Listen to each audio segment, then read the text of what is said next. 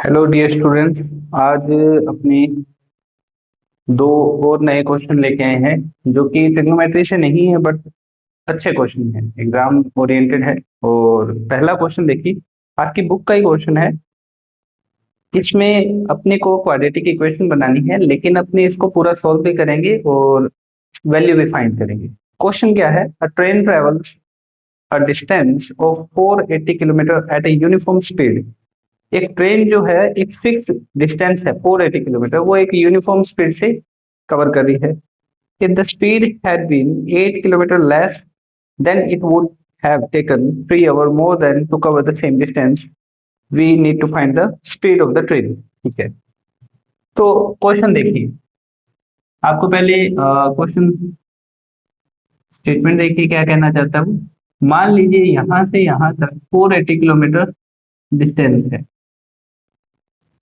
ठीक है, और आपको फाइंड करनी है स्पीड। आपने पॉइंट ए से बी तक जाने के लिए पहले जितनी स्पीड से गए, फॉर द फर्स्ट टाइम आप स्पीड लेट कर लीजिए कितनी। Let the speed of the train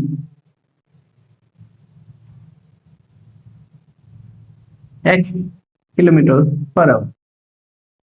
then पहले आप मान लीजिए कि खाली ट्रेन गई कि एक कांस्टेंट स्पीड से 480 किलोमीटर, आप कांस्टेंट स्पीड मान लीजिए 40 की स्पीड से आप जा रहे हैं, तो 40 की स्पीड से जाते गए तो टाइम क्या आएगा? टाइम इज डिस्टेंस अपॉन में स्पीड।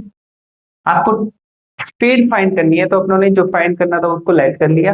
देन फर्स्ट राउंड के अंदर आप ए से बी गए तो आपकी डिस्टेंस 480 है but the speed is x. And ये है इनिशियल स्पीड जब आप स्टार्टिंग में जब गए हो एक राउंड में।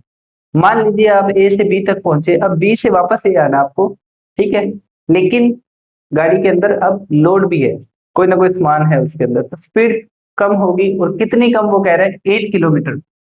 तो जो नेक्स्ट टाइम कितना लगेगा? डिस्टेंस तो वही है लेकिन स्पीड पहले की कंपैरेटिवली कितनी है? 8 किलोमीटर कम है। अब देखिए, स्पीड कम होगी तो टाइम ज्यादा लगेगा। यहाँ टाइम ज्यादा लग रहा है और यहाँ टाइम कम। और अकॉर्डिंग टू क्वेश्चन टाइम का डिफरेंस जो है वो कितने का है? 3 आवर्स। ज्यादा टाइम सेकेंड राउंड में लगेगा क्योंकि वहां स्पीड कम है। जब डिनोमिनेटर छोटा है न्यूमरेटर बड़ा है तो डेफिनेटली आंसर बड़ा आएगा। तो T2 माइनस T1 करें, 480 अपॉन में x माइनस 8 माइनस 480 अपॉन में x इक्वल्स टू 3।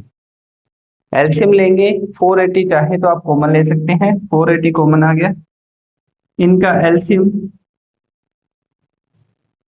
अपॉन में दोनों ही आएंगे, x माइनस 8 भी आएगा और x भी इक्वल्स टू 3। अब देखिए 3 से 480 कैंसिल किया जा सकता है कितने पे? 160। इनका क्रॉस मल्टीप्लाई होगा देन 1 से, और ऊपर सॉल्व करोगे तो x, जब देखो ब्रैकेट खुलेंगे तो साइन चेंज हो जाएंगे, तो x से x कैंसिल हो जाएगा। 8 मल्टीप्लाई बाई 160,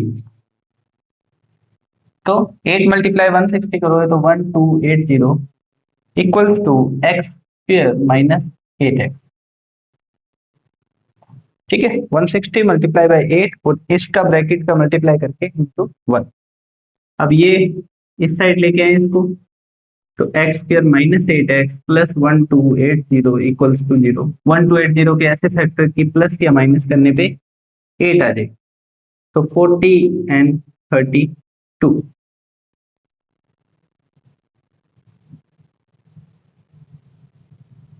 ये माइनस का हो जाएगा, 1280 उधर जाएगी।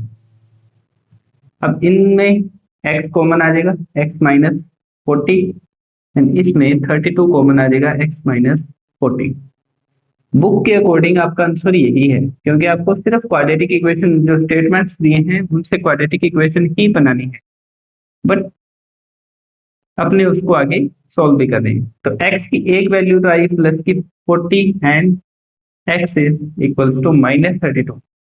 माइनस 32 स्पीड नहीं हो सकती, तो इनिशियल स्पीड आपकी कितनी है? 40 किलोमीटर पर आवर। देखिए 40 की स्पीड से ये कितने घंटे में कवर करेगा? 12 आवर्स में।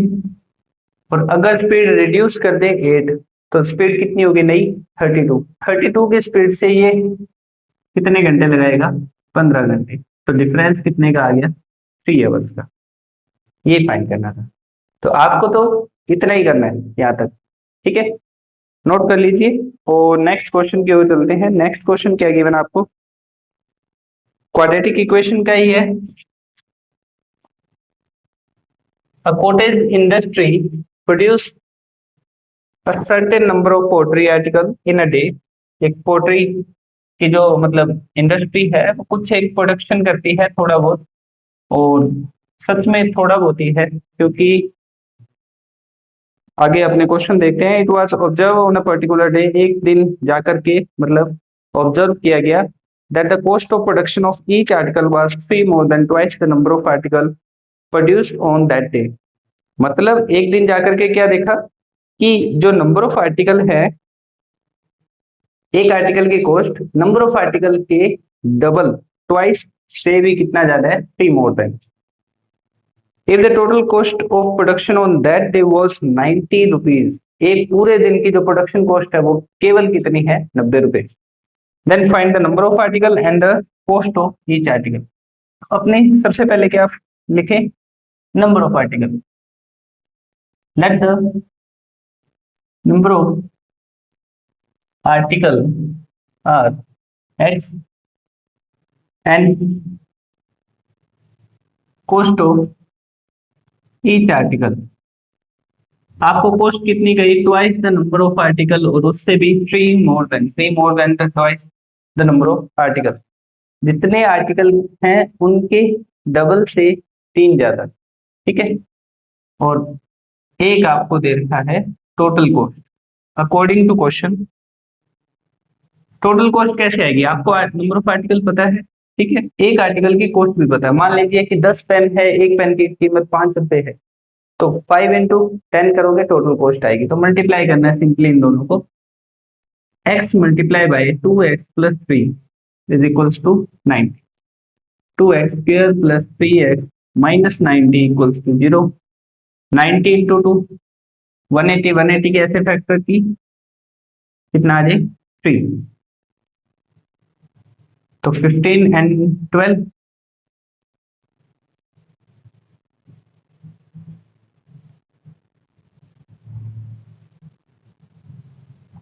x common, 2x plus 15 minus 6 common, 2x plus 15। तो एक तो आया 2x प्लस 15 और एक आया x माइनस 6। तो x की दो वैल्यूज मिली। x था number of article, number of article कभी भी नेगेटिव नहीं हो सकते। तो कितने आर्टिकल प्रोड्यूस हुए उस दिन? 6 आर्टिकल बनी, और हर एक आर्टिकल की जो कीमत है वो कितनी है? 15 रुपए। 15-15 रुपए के सिर्फ 6 आर्टिकल एक कॉटेज इंडस्ट्री के अंदर बनाए गए आर्टिकल्स, और टोटल कॉस्ट उसकी 90। और भी आपके जो डाउट है आप व्हाट्सअप करें मुझे, और आपके एग्जाम बहुत पास में है, और जितनी हो सके प्रैक्टिस करें और अपने डाउट पूछें। Thank you so much. Thank you.